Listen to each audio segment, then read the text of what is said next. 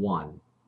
You are watching Sipping Off the Cuff on TequilaAficionado.com. I'm Alex Perez in Southern California. I am Mike Morales in San Antonio, and Alex, I'm a little excited because we are tasting Cabresto, Cabresto. Cabresto, and this is the Reposado.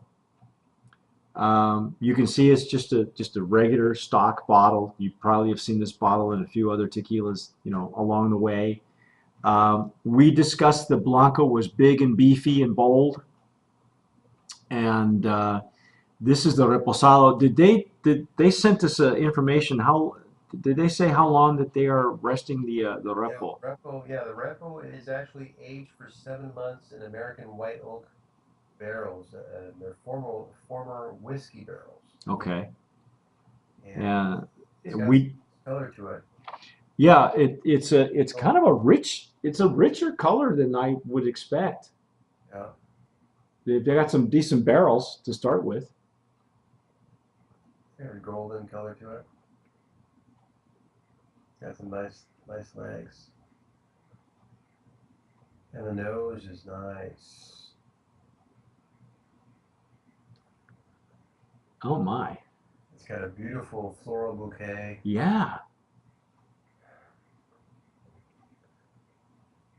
Little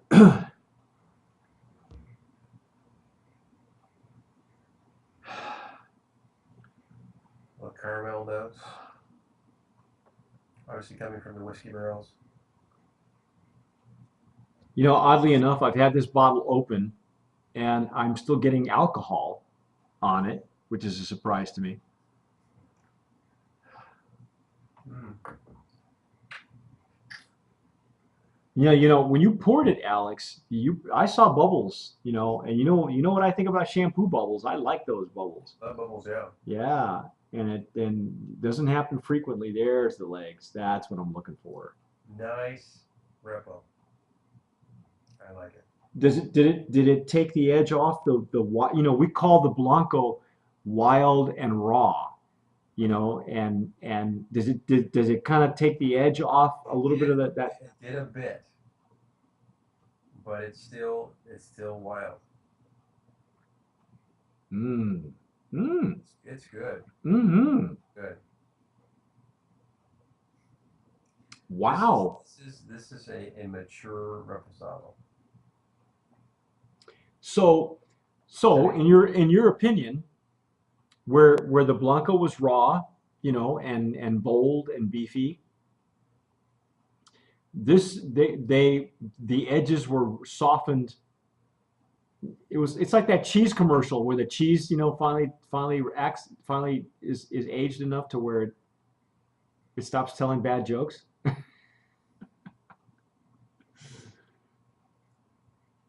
Nice. Wow. It's smooth on the entry of the palate, coats the palate nicely. It's got the spiciness or the attack right on the end. Yeah, on the end and on the finish. Well, I mean, that's the you're not losing the characteristic of the Blanco because I really do enjoy that raw wild flavor. It's probably not for everybody, but Nice finish. yeah, Nice gum feel too. the numbness, yeah, the gum numbness, it's there, man. That's yeah, you want to hold that in the front of your lip, lip numbness and gum numbness, and just kind of hang on to it for a little bit. Mm. It's Now it's opening up for me there. yeah.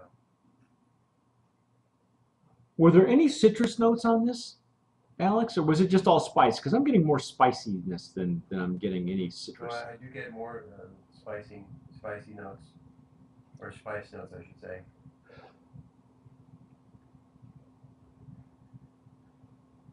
A lot of white pepper too. Yeah, It's yeah. a lot of the almost the Blanco characteristics are coming through on this Reposado. Well, I think the region is probably known for that. Like I said, this is coming from Distillery 1509, Tequila Embajador.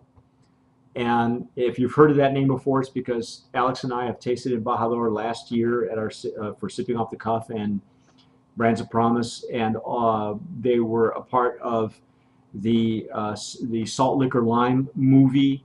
You can read all about that on our website, and you can click on that. I can tell you that this is an estate-grown agave, as we mentioned in the Blanco review. It's their agave, Senor Silverio Lopez. They're out of Michigan. Uh, that's where they immigrated to in 1981. And you know, they planted agave, they harvested it, and decided to keep it for themselves and make tequila out of it. So they're using estate-grown tequila or estate-grown agave. And 1509 makes three brands that I've had, and I can tell you that they're using different agave, and each one of these coming out of that distillery tastes different, way different. And this was really making an impact, Alex. It's very good. It's very good. What would you do with it? Would you sip it, or would you also put it? You could put this in a margarita, wouldn't you, with the reposado? Do you think it's? You could try a margarita. I mean, I've got friends that love reposados and margaritas, this would be great for. Um, you could just play with it. That's what's neat about this. You know, the whole cocktail movement. You play with it and see what comes out, what you like. Um, but it's a really good reposado. Very. It's got some really good structure to it, Mhm.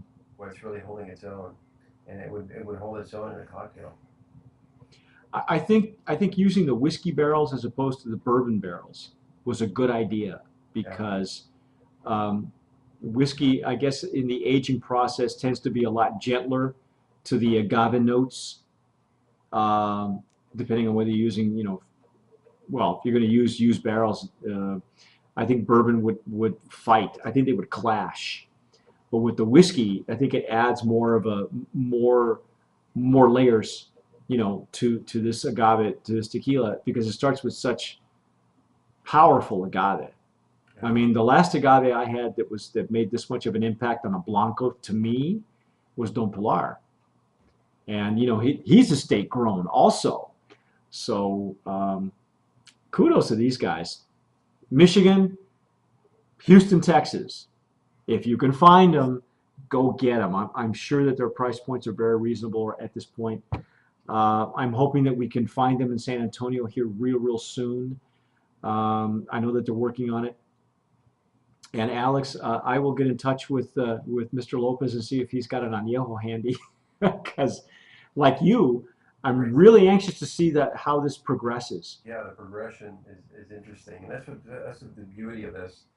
When you pick up a brand like this, and then you taste the different the evolution of the tequila with as it ages. Yeah, So very nice. I nominated Brand Promise. Brand Promise myself as well for the Cabresto, for the Reposado as well, and the Blanco. Kudos to you guys. Continued success. I hope that tire shop in Detroit continues to flourish, because So, you need to grow more plants, man. Because whatever you're doing, it's working. It's working. But anyhow, I'm Mike Morales here in San Antonio. I'm Alex Perez in Southern California. Thanks for watching Sipping Off the Cuff on TequilaAficionado.com, and as always, sip wisely.